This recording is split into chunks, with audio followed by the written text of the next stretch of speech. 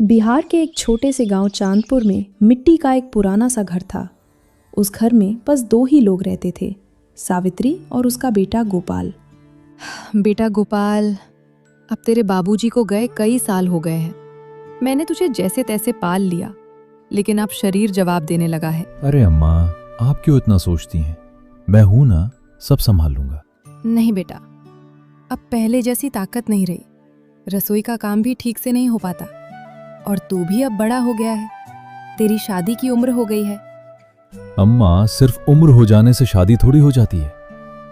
मेरे पास कोई ढंग का काम भी नहीं है। मैं तो बस जंगल से लकड़ी काट कर लाता हूँ, उसी से जैसे तैसे घर चलता है। तो मैं क्या करूं बेटा? अकेले घर संभालना मुश्किल होता जा रहा है। कभी कभी लगता है जल्दी बूढ़ी हो गई हूं। आप चिंता मत करो अम्मा, मैं मेहनत कर रहा हूँ। एक दिन जरूर कुछ बड़ा करूंगा, फिर आपकी हर इच्छा पूरी करूंगा। गोपाल कुल्हाड़ी उठाता है और काम पर निकलने के लिए दरवाजे की ओर बढ़ता है। अम्मा, मैं जंगल जा रहा हूँ, वापसी में कुछ राशन भी ले आऊंगा। जल्दी लौट आना बेटा, और अपना ध्यान रखना। गोपाल घर से बाहर निकलता है। गांव की कच्ची सड़क पर चलते हुए अचानक उसे सामने से उसका दोस्त राघव मिलता है। अरे गोपाल, मैं तो तेरे घर ही आ रहा था। अच्छा हुआ यहीं मिल गया। अरे राघव, क्या बात है? दरअसल मेरे घर में 4 दिन बाद पूजा है। मुझे काफी लकड़ियों की जरूरत है। सोचा तुझसे ही ले लूं। तू गांव का सबसे मेहनती लकड़हारा है। सच में? ये तो बहुत अच्छा हुआ। हाँ, और पैसे की चिंता मत करना, तेरी मेहनत की पूरी कीमत दूंगा। धन्यवाद राघव, मैं तेरे लिए सबसे बढ़िया लकड़ियां काटकर खुद तेरे घर पहुंचाऊंगा। दोनों साथ साथ गांव की पगडंडी पर चलते हैं। आज तो किस्मत ने साथ दे दिया।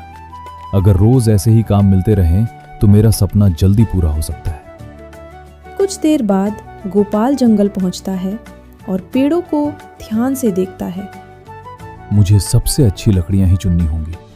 राघव ने मुझ पर भरोसा किया है। वह पूरे मन से लकड़ियां काटने लगता है। आज का दिन सच में अच्छा है। काम भी मिला और मन भी खुश है। शाम होते होते गोपाल लकड़ियों का गट्ठर उठाकर घर लौटता है। अम्मा, आज तो कमाल हो गया। घर से निकलते ही काम मिल गया और अच्छी कमाई भी हुई। ये तो बहुत अच्छी बात है बेटा।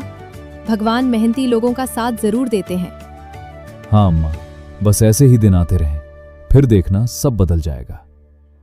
माँ बेटा दोनों साथ बैठकर बातें करते हैं और दिन भर की थकान भूल जाते हैं। अम्मा, अब शादी की बात मत छेड़ देना। क्यों? अब तो मैं और भी ज्यादा कहूंगी। पहले कुछ बड़ा कर लूं, फिर शादी भी कर लूंगा। आपकी इच्छा कैसे टाल सकता हूं? दोनों हंसते हैं और घर का माहौल हल्का हो जाता है। अम्मा, आप आराम करो, मैं खाना बना देता हूं। तू सच में बहुत अच्छा बेटा है। गोपाल रसोई में चला जाता है और खाना बनाने लगता है। बाहर रात गहराने लगती है, लेकिन उस छोटे से घर में उम्मीद की रोशनी जल चुकी होती है। अगली सुबह सूरज की हल्की किरणों के साथ गांव चांदपुर जाग उठता है। गोपाल रोज की तरह जल्दी उठकर अपनी कुल्हाड़ी तैयार करता है। अम्मा, मैं निकलता हूं। आज राघव के लिए लकड़ियां भी पहुंचानी है। हाँ बेटा, संभल कर जाना और ज्यादा मेहनत मत करना। चिंता मत करो अम्मा, सब ठीक रहेगा। गोपाल घर से निकलकर गांव की पगडंडी पर आगे बढ़ता है। तभी रास्ते में उसे गांव के बुजुर्ग रामलाल चाचा मिलते हैं। अरे गोपाल बेटा, कहाँ जा रहा है सुबह सुबह? नमस्ते चाचा जी, जंगल जा रहा हूं लकड़ियां काटने। अच्छा हुआ मिल गया। मुझे भी कुछ लकड़ियां चाहिए थी, सोचा तुझसे ही ले लूं। बिल्कुल चाचा जी, आप चिंता मत कीजिए। मैं आज शाम तक आपके घर लकड़ियां पहुंचा दूंगा। मुझे पता था तू मना नहीं करेगा। तू मेहनती और ईमानदार लड़का है। आपका आशीर्वाद है चाचा जी। बेटा, अब तेरी अम्मा भी बूढ़ी हो रही है, तू शादी के बारे में भी सोच ले। चाचा जी, मैं भी चाहता हूं, लेकिन पहले कुछ अच्छा काम करना जरूरी है। तेरी बात सही है, लेकिन जिंदगी में साथ भी जरूरी होता है। हाँ चाचा जी, अब मैं भी इस बारे में सोचने लगा हूं। दोनों थोड़ी देर बात करते हैं फिर गोपाल जंगल की ओर बढ़ जाता है। जंगल में पहुंचकर गोपाल पेड़ों को ध्यान से देखता है और लकड़ियां काटना शुरू करता है। आज दो दो काम मिले हैं, भगवान सच में साथ दे रहे हैं। वह तेजी से लकड़ियां काटता है और उन्हें अलग अलग गट्ठरों में बांधता है। ये लकड़ियां राघव के लिए और ये चाचा जी के लिए, दोनों को अच्छी ही देनी है। थोड़ी देर आराम करने के बाद गोपाल लकड़ियों को सिर पर उठाकर गांव की ओर निकल पड़ता है। अगर ऐसे ही काम मिलता रहा तो मेरा सपना जल्दी पूरा हो जाएगा और अम्मा की इच्छा भी। सबसे पहले वह राघव के घर पहुंचता है। अरे गोपाल, तू तो समय से पहले ही आ गया। हाँ, जैसा वादा किया था सबसे अच्छी लकड़ियां लाया हूं। सच में बहुत बढ़िया लकड़ियां हैं। ये ले, तेरी मेहनत का पैसा। धन्यवाद राघव, तूने मेरा काम आसान कर दिया। वहां से गोपाल रामलाल चाचा के घर जाता है। वाह बेटा, इतनी जल्दी काम पूरा कर दिया। आपने कहा था चाचा जी, तो करना ही था। भगवान तुझे बहुत आगे बढ़ाए। बस आपका आशीर्वाद बना रहे। काम खत्म करके गोपाल घर लौटता है। उसके चेहरे पर आज अलग ही खुशी होती है। अम्मा, आज भी अच्छा दिन रहा। 2 जगह काम मिला और अच्छी कमाई भी हुई। भगवान का लाख लाख शुक्र है बेटा। अब लगता है सब ठीक होने लगेगा। अम्मा, अब अगर कोई अच्छा रिश्ता आ जाए तो मैं मना नहीं करूंगा। सच कह रहा है तू? हाँ अम्मा, अब मैं आपकी बात समझ गया हूँ। सावित्री की आंखों में खुशी के आंसू आ जाते हैं और घर में एक नई उम्मीद जन्म लेती है। कुछ दिन बीत चुके हैं। गोपाल की मेहनत और किस्मत दोनों उसका साथ दे रहे हैं। अब अक्सर उसे घर से निकलते ही काम मिल जाता है। उस दिन भी वह सुबह सुबह कुल्हाड़ी लेकर जंगल की ओर निकलता है। अब हालात पहले से बेहतर हो रहे हैं। अगर ऐसे ही चलता रहा तो अम्मा की हर इच्छा पूरी कर पाऊंगा और शायद शादी भी। वह गांव से थोड़ा आगे बढ़ता है कि तभी उसे रास्ते में एक अनजान बुजुर्ग आदमी दिखाई देता है। सफेद दाढ़ी, साधारण कपड़े, लेकिन चेहरे पर गंभीरता और गहराई। बेटा, क्या तुम ही गोपाल हो? जी चाचा जी, मैं ही गोपाल हूँ। आप मुझे कैसे जानते हैं? तेरी ईमानदारी और मेहनत के किस्से सुने हैं मैंने, इसलिए तुझसे मिलने चला आया। ये तो आपका बड़प्पन है चाचा जी। मैं तो बस अपना काम करता हूँ। मुझे कुछ लकड़ियां चाहिए, लेकिन साधारण नहीं, सबसे मजबूत और बढ़िया लकड़ियां। आप बिल्कुल चिंता मत कीजिए, मैं आपको सबसे अच्छी लकड़ियां ही दूंगा। और अगर मैं कहूँ कि मैं तुझे तेरी मेहनत से 10 गुना ज्यादा पैसे दूंगा, तब? नहीं चाचा जी, मुझे ज्यादा पैसे नहीं चाहिए। जितना मेरा हक बनता है बस उतना ही काफी है। बुजुर्ग कुछ क्षण तक गोपाल को ध्यान से देखते हैं, जैसे उसके अंदर की सच्चाई को परख रहे हों। ठीक है बेटा, तू अपना काम कर और ये रहा मेरा पता। लकड़ियां वहीं पहुंचा देना। ठीक है चाचा जी, मैं समय पर पहुंचा दूंगा। बुजुर्ग वहां से चले जाते हैं और गोपाल जंगल की ओर बढ़ता है। अजीब आदमी थे, लेकिन बातों से सच्चे लग रहे थे। मुझे अपना काम पूरी ईमानदारी से करना होगा। जंगल में पहुंचकर गोपाल एक मजबूत पेड़ के पास जाता है। यही पेड़ सही रहेगा। इसकी लकड़ियां सबसे मजबूत होती हैं। चाचा जी को यही दूंगा। वह पूरी ताकत से कुल्हाड़ी चलाने लगता है। पसीना बहता है, लेकिन चेहरे पर संतोष रहता है। पिताजी, अगर आप होते तो आज मुझे देखकर खुश होते। मैं आपकी सीख नहीं भूलूंगा। काफी देर की मेहनत के बाद वह मोटी और मजबूत लकड़ियां इकट्ठा कर लेता है। बस अब ये काम पूरा हुआ। अब इन्हें पहुंचाना है। वह लकड़ियों का बड़ा गट्ठर सिर पर उठाकर उस बुजुर्ग के बताए पते की ओर निकल पड़ता है। कुछ देर बाद वह एक बड़े और साफ सुथरे घर के सामने पहुंचता है। ये तो बहुत बड़ा घर है। क्या सच में वही चाचा जी यहाँ रहते हैं? वह दरवाजा खटखटाता है। अंदर से वही बुजुर्ग बाहर आते हैं। आ गया बेटा? जी चाचा जी, आपकी लकड़ियां ले आया हूँ। बुजुर्ग लकड़ियों को ध्यान से देखते हैं, उन्हें हाथ लगाकर परखते हैं। वाह, इतनी बढ़िया लकड़ियां! सच में तूने मेहनत दिल से की है। आपने भरोसा किया था, तो मेरा भी फर्ज था कि मैं सबसे अच्छा काम करूं। बुजुर्ग कुछ पल चुप रहते हैं, फिर गंभीर होकर गोपाल की ओर देखते हैं। बेटा, सच सच बता, अगर मैं तुझे बहुत ज्यादा पैसे दूं तो क्या तू लेगा? नहीं चाचा जी, मैंने पहले भी कहा, मुझे सिर्फ मेरी मेहनत का सही हक चाहिए, उससे ज्यादा नहीं। यह सुनकर बुजुर्ग के चेहरे पर संतोष और खुशी साफ दिखाई देती है। यही तो मैं देखना चाहता था बेटा, यही तेरी असली परीक्षा थी। परीक्षा? मैं समझा नहीं चाचा जी। असल में मुझे लकड़ियों की कोई जरूरत नहीं थी, मैं तो तेरी ईमानदारी को परखने आया था। लेकिन चाचा जी, आपने ऐसा क्यों किया? क्योंकि मेरी एक बेटी है और मैं उसके लिए एक अच्छा, सच्चा और मेहनती जीवन साथी ढूंढ रहा हूँ। गोपाल यह सुनकर पूरी तरह चौंक जाता है। चाचा जी, आप क्या कह रहे हैं? मैं चाहता हूँ कि तू मेरी बेटी से शादी करे।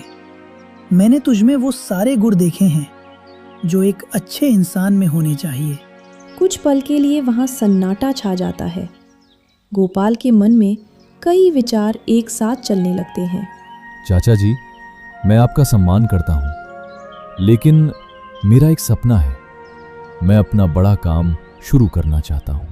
और मैं तेरे उस सपने को पूरा करने में तेरी मदद करूंगा बेटा।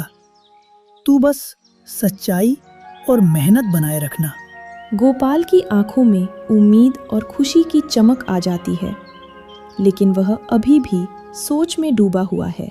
अगर ऐसा है तो मैं इस बारे में अम्मा से बात करके ही कोई फैसला लूंगा। बिल्कुल बेटा, मुझे तेरे जवाब का इंतजार रहेगा। गोपाल वहां से लौट पड़ता है। उसके कदम तेज हैं, लेकिन मन में उसके चेहरे पर खुशी, उलझन और उत्साह, तीनों भाव एक साथ नजर आ रहे हैं। ये सब इतना अचानक कैसे हो गया? एक तरफ मेरा सपना और दूसरी तरफ अम्मा की इच्छा। मुझे क्या करना चाहिए? वह घर पहुंचता है। सावित्री दरवाजे पर बैठी उसका इंतजार कर रही होती है। अरे बेटा, आज देर हो गई, सब ठीक तो है ना?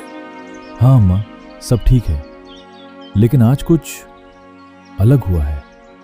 क्या हुआ बेटा, बता मुझे। अम्मा, आज जंगल जाते वक्त मुझे एक बुजुर्ग मिले। उन्होंने मुझे लकड़ियों का काम दिया, लेकिन असल में वो काम नहीं था। काम नहीं था? फिर क्या था? अम्मा, वो मेरी परीक्षा ले रहे थे, मेरी ईमानदारी की। सावित्री ध्यान से सुनती है। उसकी आंखों में उत्सुकता बढ़ जाती है। और जब मैं उनकी परीक्षा में सही निकला तो उन्होंने मुझे अपनी बेटी के लिए पसंद किया। क्या सच कह रहा है तू? हाँ अम्मा, लेकिन मैंने तुरंत हाँ नहीं कहा। मैंने कहा कि पहले आपसे पूछूंगा। सावित्री की आंखों में आंसू आ जाते हैं, खुशी के आंसू। बेटा, भगवान ने मेरी सुन ली। मैं कब से यही चाह रही थी। अम्मा, मैं भी आपकी खुशी चाहता हूँ, लेकिन मेरा सपना भी है। मैं कुछ बड़ा करना चाहता हूँ। बेटा, सपने और रिश्ते दोनों जरूरी होते हैं। अगर वो लोग अच्छे हैं और तेरे सपने में साथ देने को तैयार हैं, तो इससे अच्छा क्या होगा? उन्होंने कहा कि वो मेरी मदद करेंगे मेरे काम को आगे बढ़ाने में। तो फिर देर किस बात की बेटा? ऐसा मौका बार बार नहीं मिलता। गोपाल कुछ देर चुप रहता है, जैसे अपने दिल की आवाज सुन रहा हो। ठीक है अम्मा, अगर आपको ये रिश्ता सही लगता है तो मैं भी तैयार हूँ। सच में बेटा? हाँ अम्मा, अब आपकी इच्छा भी पूरी होगी और मैं अपने सपने के लिए भी मेहनत करता रहूंगा। सावित्री उठकर गोपाल के सिर पर हाथ फेरती है। भगवान तुझे हमेशा खुश रखे बेटा। आज मुझे बहुत सुकून मिला। थोड़ी देर बाद दोनों साथ बैठते हैं और आगे की बातें करने लगते हैं। अम्मा, कल ही मैं चाचा जी के पास जाकर अपना जवाब दे दूंगा। हाँ बेटा, और उनसे लड़की के बारे में भी पूछना। उसका स्वभाव कैसा है, सब जान लेना। अम्मा, आप तो अभी से बहू के सपने देखने लगी। अरे क्यों ना देखूं, अब तो सच होने वाला है। दोनों हंसते हैं और घर का माहौल खुशी से भर जाता है। रात गहराती है। गोपाल रसोई में जाकर खाना बनाने लगता है।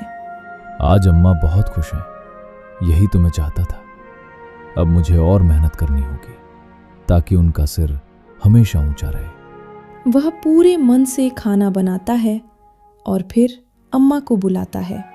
अम्मा, खाना तैयार है, आइए साथ में खा लेते हैं। हाँ बेटा, आज तो खाना और भी स्वादिष्ट लगेगा। दोनों साथ बैठकर खाना खाते हैं। आज उनके चेहरे पर अलग ही सुकून है। अम्मा, अब सब अच्छा होगा ना? हाँ बेटा, अब सब अच्छा ही होगा। रात के सन्नाटे में उस छोटे से घर में एक नई शुरुआत की आहट गूंजने लगती है, जहां उम्मीद, मेहनत और रिश्तों का सुंदर मेल बनने वाला है। अगली सुबह गांव चांदपुर में एक नई उम्मीद के साथ सूरज निकलता है। गोपाल आज खास उत्साह के साथ तैयार होता है। अम्मा, आज मैं चाचा जी के पास जाकर अपना फैसला बता दूंगा। हाँ बेटा, भगवान तुझे सही राह दिखाए। मेरा आशीर्वाद हमेशा तेरे साथ है। गोपाल बुजुर्ग के घर की ओर बढ़ता है। रास्ते भर उसके मन में हल्की घबराहट और खुशी दोनों होती हैं। ये मेरा जीवन बदलने वाला फैसला है, मुझे इसे सही तरीके से निभाना होगा।